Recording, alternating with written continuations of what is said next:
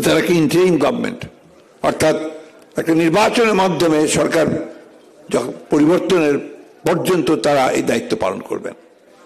এবং ছাত্র জনতাই তাদের উপর সেই দায়িত্ব অর্পণ করেছে যে তারা কতগুলো মৌলিক বিষয়ে যে সমস্যাগুলো আছে সেই সমস্যাগুলোকে দূর করে সংস্কার সাধন করে একটা উপযুক্ত সুষ্ঠু নির্বাচনের পরিবেশ তৈরি করে দেবেন। তারা কাজ করেছেন, কাজ করে চলেছেন, আমরা তাদেরকে সমর্থন দিচ্ছি। কিন্তু একই সঙ্গে এই কথা খুব স্পষ্ট করে আমরা বলতে চাই যে বাংলাদেশের মানুষের মূল যে আকাঙ্ক্ষা, সেই আকাঙ্ক্ষা হচ্ছে একটা গণতান্ত্রিক রাষ্ট্রের, একটা গণতান্ত্রিক সমাজের।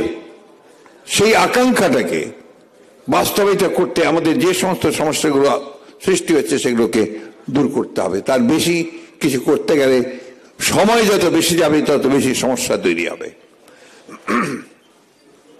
আমি কথাটি স্পষ্ট করেই বলতে চাই, নির্বাচন কেন্দ্রিক যে সমস্ত সংস্কারগুলো আছে সেই সংস্কারগুলো দ্রুত সম্পন্ন করতে হবে এবং আশা করব যে আমাদের নির্বাচন ব্যবস্থা, আমাদের প্রশাসন, নির্বাচন কেন্দ্রিক প্রশাসন, আইন শৃঙ্খলার ব্যবস্থা, বিচার ব্যবস্থা, এগুলোর সংস্কারগুলো করেই আমাদেরকে অতি দ্রুত আমাদের নির্বাচনে যাওয়াটাই হবে এই দেশের মানুষের জন্য সবচেয়ে কল্যাণের। আমরা একটা জিনিস আমাদের নিজের মধ্যে আনতে হবে।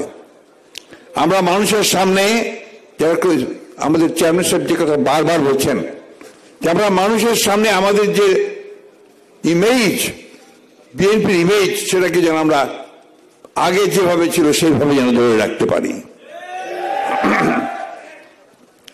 এটা আমাদেরকে রাখতে হবে, মানুষের সঙ্গে থাকতে হবে, তাদের সুখে দুঃখে পাশে থাকতে হবে, আর সমস্ত অন্যায়কে প্রতিরোধ করতে হবে।